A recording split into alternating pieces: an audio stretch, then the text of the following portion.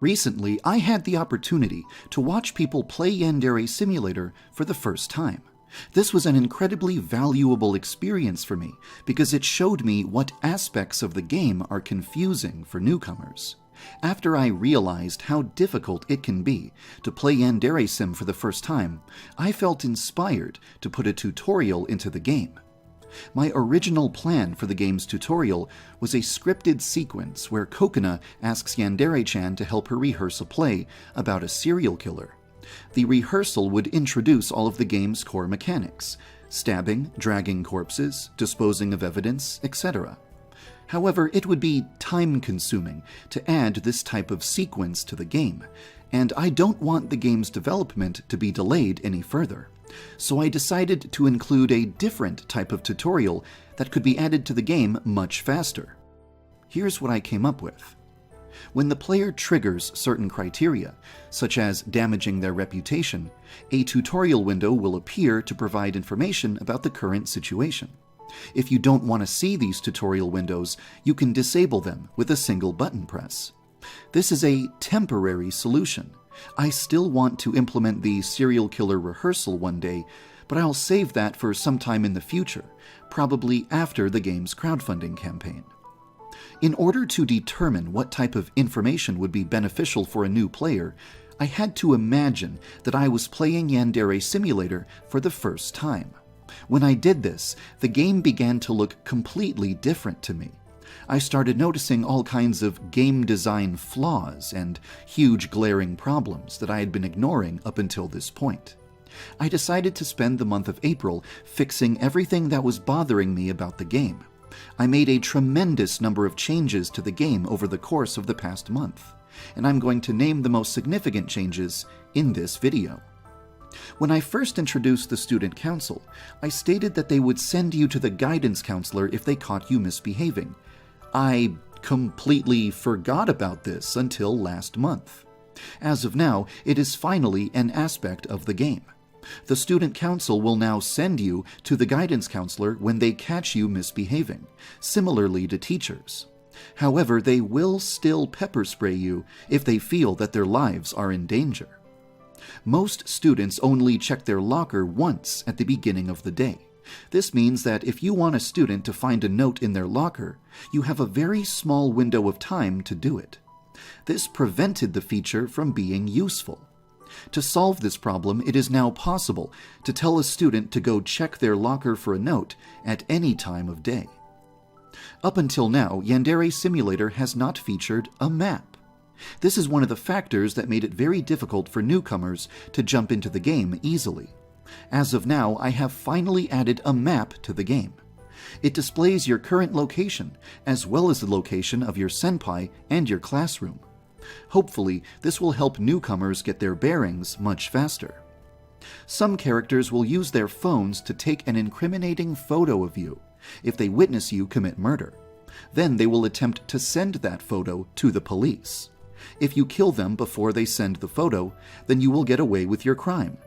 But logically, if the police arrive at school for any reason and find corpses, they would check the victims' phones for clues, and would eventually find an incriminating photo of you.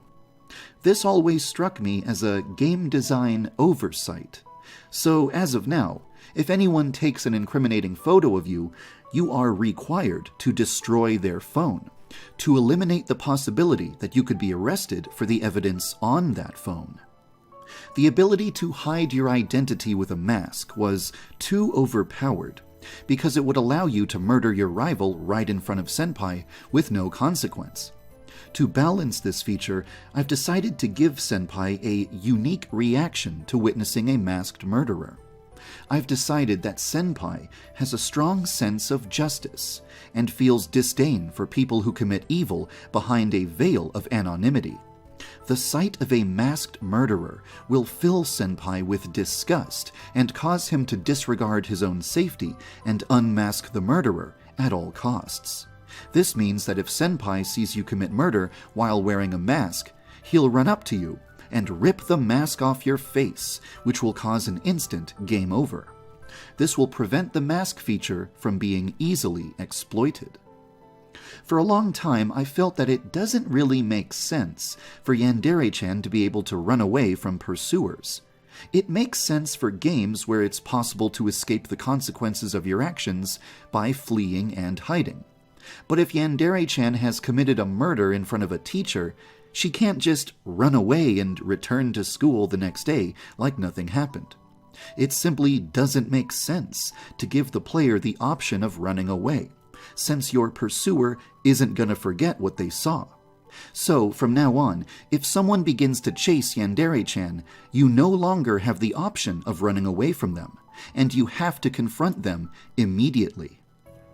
During low school atmosphere, students are paranoid that a serial killer could be lurking around any corner. Logically, they should react differently to your behavior when they are in that kind of state. I've decided that if the player is spotted while covered in blood and wielding a weapon during low school atmosphere, the witness will automatically assume that you are a murderer without actually seeing a corpse or a murder. Several years ago, I stated that students with the social butterfly persona would react to murder by running to a crowd of students and hiding among them. However, the game never actually functioned that way. Until recently. As of now, you will finally see social butterflies behaving as they were always meant to. They will determine which location at school currently contains the most students and will run to that location for safety. For a long time, losing your sanity in Yandere Simulator only affected the game in a small number of ways. You would look suspicious, and your attack animations would become more brutal, but aside from that, losing your sanity didn't feel like losing your sanity. I decided that I wanted to improve this, so I've updated the sanity feature in a number of ways. When Yandere-chan's sanity drops very low, she will begin to have intrusive thoughts. This means that no matter how hard she tries to concentrate, she will be unable to stop thinking about killing her rival.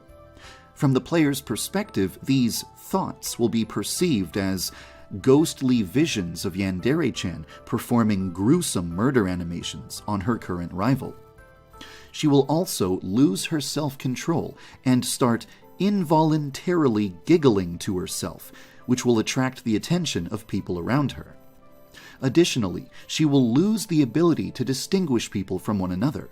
Because the only person she cares about is her senpai, everyone else will become a dark blur.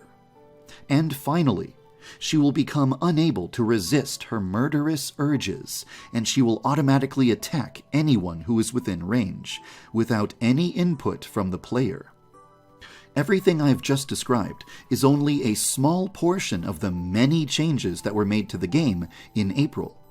I also made numerous other additions to the game, such as putting props inside of InfoChan's room to give it the atmosphere that I always imagined for it, and adding a red string of fate that connects Senpai to the current rival. Every month, I look at Yandere Simulator and ask myself, is it ready for the first rival yet? And the answer is always, no. I can't justify putting a rival into the game while there are still so many broken mechanics, design flaws, and missing features. I started the month of April with a giant list of all the issues that needed to be fixed before I would be willing to implement a rival.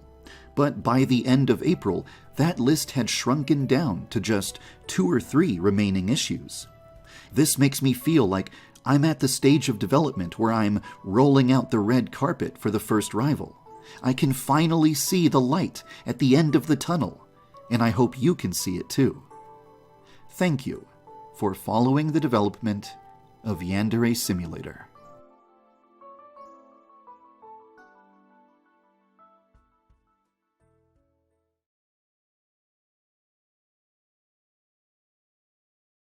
When Yandere-chan's sanity drops very low, she will begin to have intrusive thoughts. This means that no matter how hard she tries to concentrate, she will be unable to stop thinking about thoughts.